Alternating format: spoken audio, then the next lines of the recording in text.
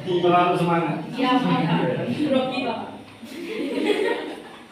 Jadi teman-teman, secara umum periode klasik Islam menjadi dua fase utama. Fase pertama yaitu fase ekspansi dan fase yang kedua adalah fase keemasan. Apa tadi teman-teman yang pertama? Ekspansi. Yang kedua fase keemasan. Nah, teman-teman ada yang tahu nggak fase ekspansi atau fase keemasan itu apa? Jadi teman-teman, fase ekspansi yaitu masa perluasan wilayah dan masa penyebaran Islam secara luas. Dan fase keemasan adalah masa di mana dunia Islam mencapai puncak kemajuan ilmu pengetahuan dan kebudayaan. Kedua fase ini saling berkaitan dan menjadi fondasi bagi perkembangan Islam setelahnya, teman-teman. Nah, kita akan membahas fase ekspansi ini lebih lanjut.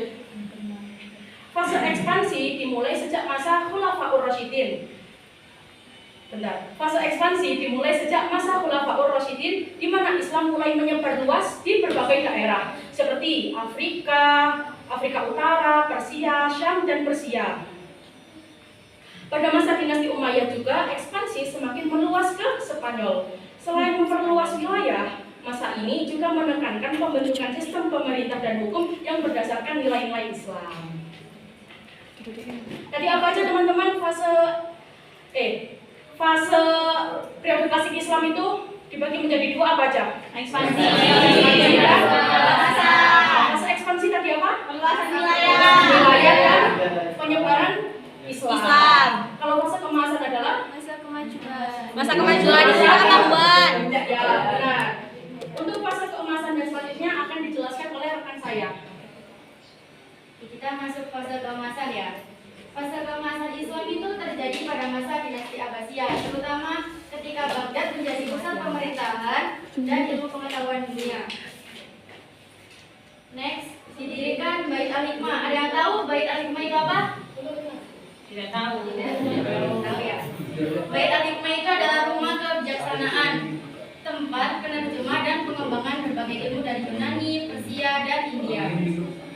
Terus banyak nih tokoh-tokoh besar lahir pada masa seperti Khawarizm dalam bidang matematika, Ibnu Sina dalam kedokteran, Al-Farabi dalam filsafat. Ibnu Sina tadi dalam apa? Bidang apa? Filsafat.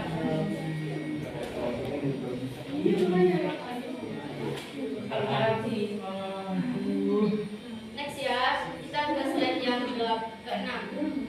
Perkembangan politik Islam. Nah, pada awalnya perkembangan Islam itu sistem pemerintahannya yang digunakan adalah khilafah. Ada yang tahu khilafah itu apa? Tahu ya? Khilafah itu sistem kepemimpinan yang dipilih berdasarkan musyawarah umat.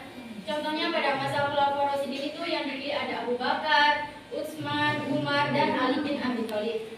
Nah, namun seiring waktu sistem ini tuh berubah menjadi sistem monarki atau kerajaan. Dimulai dari dinasti Umayyah, lalu dilanjutkan oleh dinasti Abbasiyah, di mana kekuasaan ini itu diwariskan secara turun-temurun. Pada dinasti Abbasiyah ini, pemerintahan dipusatkan di kota Baghdad, yang kemudian itu menjadi pusat politik dan juga ilmu pengetahuan dunia Islam. Nah, secara keseluruhan perkembangan politik Islam menunjukkan adanya perubahan sistem pemerintahan dan penyesuaian terhadap kondisi sosial masyarakat di setiap masa. Next ya, kita ke slide ke-7. Pembentukan hukum dan mazhab Islam.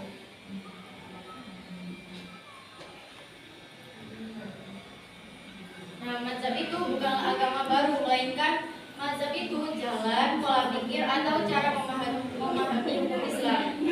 Pada abad ke-8 hingga ke-10 Masehi, hukum Islam mulai terbentuk dari berkembang pesat. Dalam periode ini muncul 4 mazhab besar. Tahu siapa aja? Coba sebutin. Yang masing-masing itu memiliki perbedaan dalam memahami hukum Islam.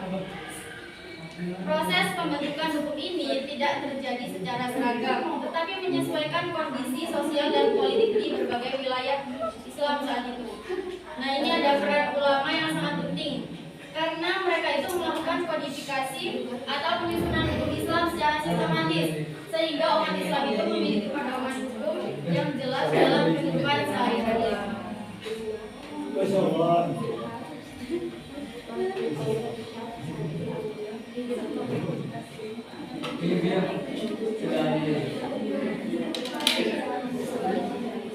Next ya, ke slide ke-8. Perkembangan ilmu, pengetahuan, dan kebudayaan. Nah, pada masa dinasti Abbasiyah, dunia Islam mengalami masa keemasan dalam bidang ilmu pengetahuan dan kebudayaan. Bidang apa tadi?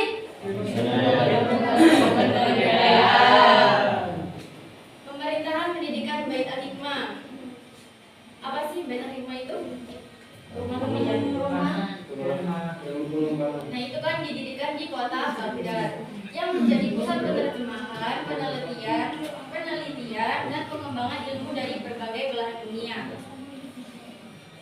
Banyak ilmuwan Islam yang terkenal di masa itu, ada Al-Khwarizmi, ada Ibnu Sina, terus ada Al-Biruni, ada Al-Farabi. Ilmu yang berkembang yang berkembang sangat luas, mulai dari matematika, kedokteran, filsafat, astronomi, hingga seni dan sastra. Semua itu menjadi bukti bahwa Islam itu sangat menghargai ilmu dan kebudayaan asing. Dan selanjutnya akan dijelaskan oleh Niswah. Oke, lanjut ke slide 8. Di sini saya akan menjelaskan tentang pandangan tokoh.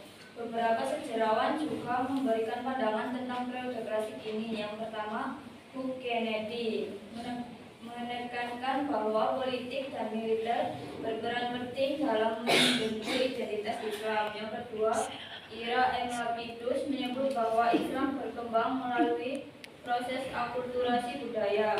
Dan